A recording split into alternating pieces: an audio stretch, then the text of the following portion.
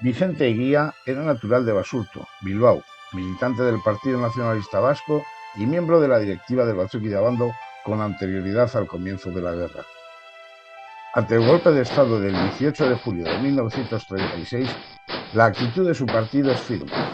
Ante los acontecimientos que desarrollan en el Estado español y que tan directa y dolorosa repercusión pudieran alcanzar sobre Euskadi y sus destinos, el Partido Nacionalista Vasco declara que sus principios le llevan a caer al lado de la ciudadanía y de la República, en consonancia con el régimen democrático y republicano que fue privativo de nuestro pueblo en sus siglos de libertad. Araba y Nafarroa quedan en manos de los sublevados, mientras que Vizcaya y Guipúzcoa se mantienen en poder de las fuerzas leales al gobierno.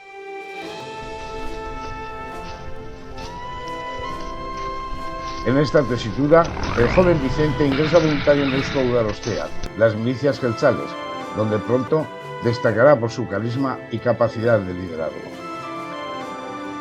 En octubre de 1936, la República concede finalmente el Estatuto de Autonomía al País Vasco, aunque para entonces la casi totalidad de Guipúzcoa ha sido ocupada por los rebeldes. El día 7 de ese mes, José Antonio Aguirre jura su cargo de lehendakari del primer gobierno vasco. Jangoikoaren aurrean apalik, Eusko lur gainean zutunik, atabearen gomutaz, Gernikako zuaizpian, nere agindu ondo betetzia zintan.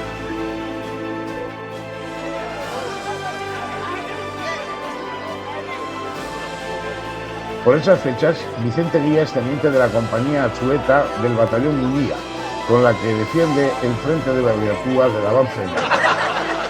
Calificado como persona valiente, noble y honrada, es ascendido a capitán por méritos de guerra, recibiendo el mando de la tercera compañía del batallón Quiriquiño, recién formado en enero de 1937. Así, tras el comienzo de la ofensiva franquista, su unidad resiste firmemente en el monte Inchorta, en Elgueta, de donde solo es desalojada cuando se encuentra a punto de quedar topada.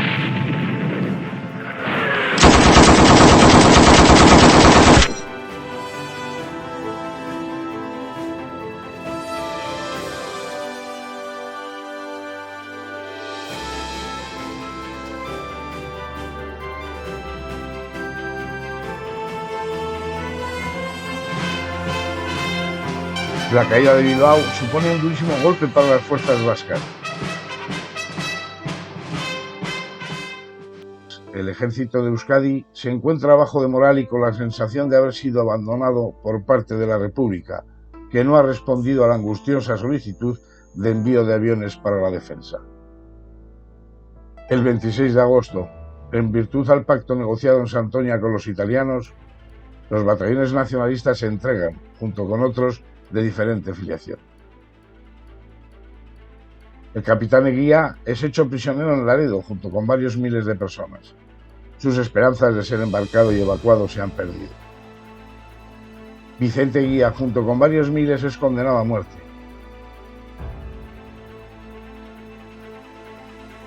Las penas se van ejecutando progresivamente en las cárceles atiborradas de prisioneros o en los cercanos cementerios.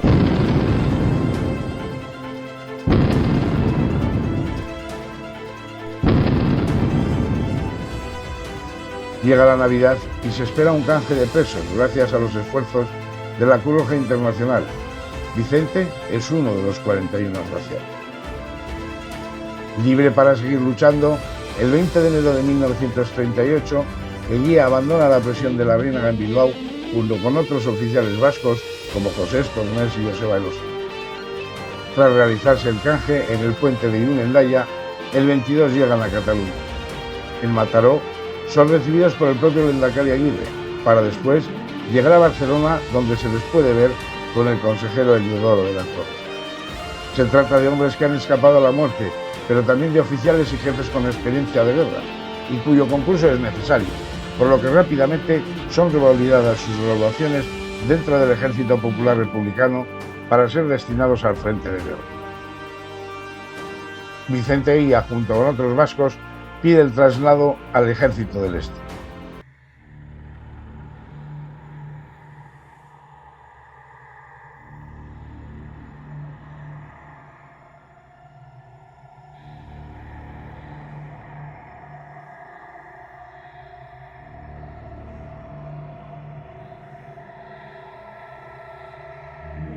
En pocas semanas, la ofensiva franquista ocupa todo Aragón y Castellón, alcanzando sus vanguardias el Mediterráneo en Vinarós, el 15 de abril.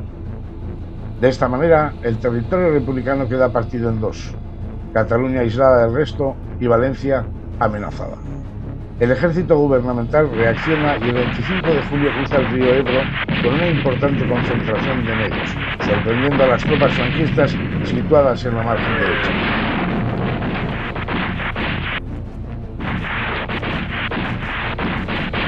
Durante las semanas siguientes, la ofensiva pierde fuerza y el ejército rebelde contraataca.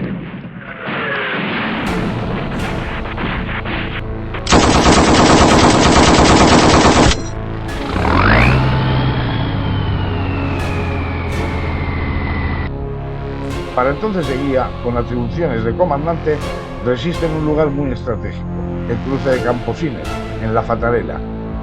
Desde el 9 de octubre, sus fuerzas se encuentran desplegadas en la zona y durante los sucesivos días sus posiciones son hostigadas y cañoneadas sin descanso por los franquistas.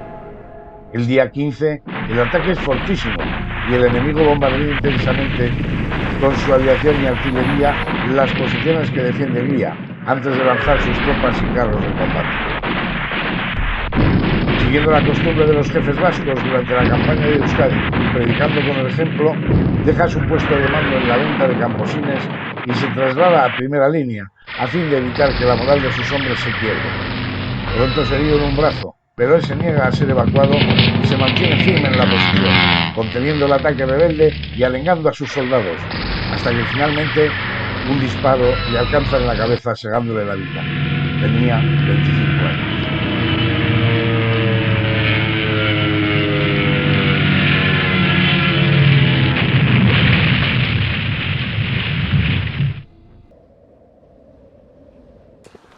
Aquí había 3 ventas, de las cuales 2 desaparecieron para la llamada venta de Camposines, que referencia a Vicente Guías, esta casa.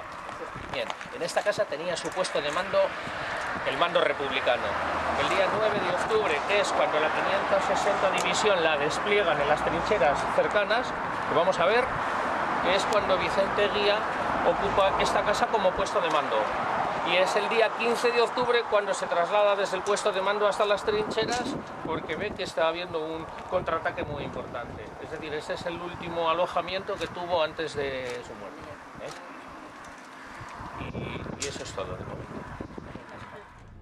El 17 de octubre de 1938 tenía lugar en Barcelona el entierro del capitán vasco Vicente Guía Sagardui, muerto heroicamente. Su funeral es una muestra pública de dolor y de afecto. Su figura representa el espíritu de su generación. El territorio habría sido conquistado, pero el alma del pueblo vasco no lo será jamás. La prensa se hacía eco del suceso y anunciaba su merecido homenaje. El multitudinario acto no dejaba de ser un hecho insólito, por cuanto constituía la primera manifestación religiosa católica desde el comienzo de la guerra, a la que no faltaron las más autoridades civiles y militares republicanas. Finalizado el recorrido de la comitiva fúnebre, el cuerpo de Guía fue enterrado en el cementerio de San Andrés, teniendo lugar los funerales por su alma 2 días después en la capilla de los Vascos. Transcurridos 80 años del fatal suceso y a iniciativa de Sabino Ana Fundasiva, se celebró un nuevo reconocimiento a esta figura y a otros gudaris y milicianos vascos caídos en el frente del Ebro.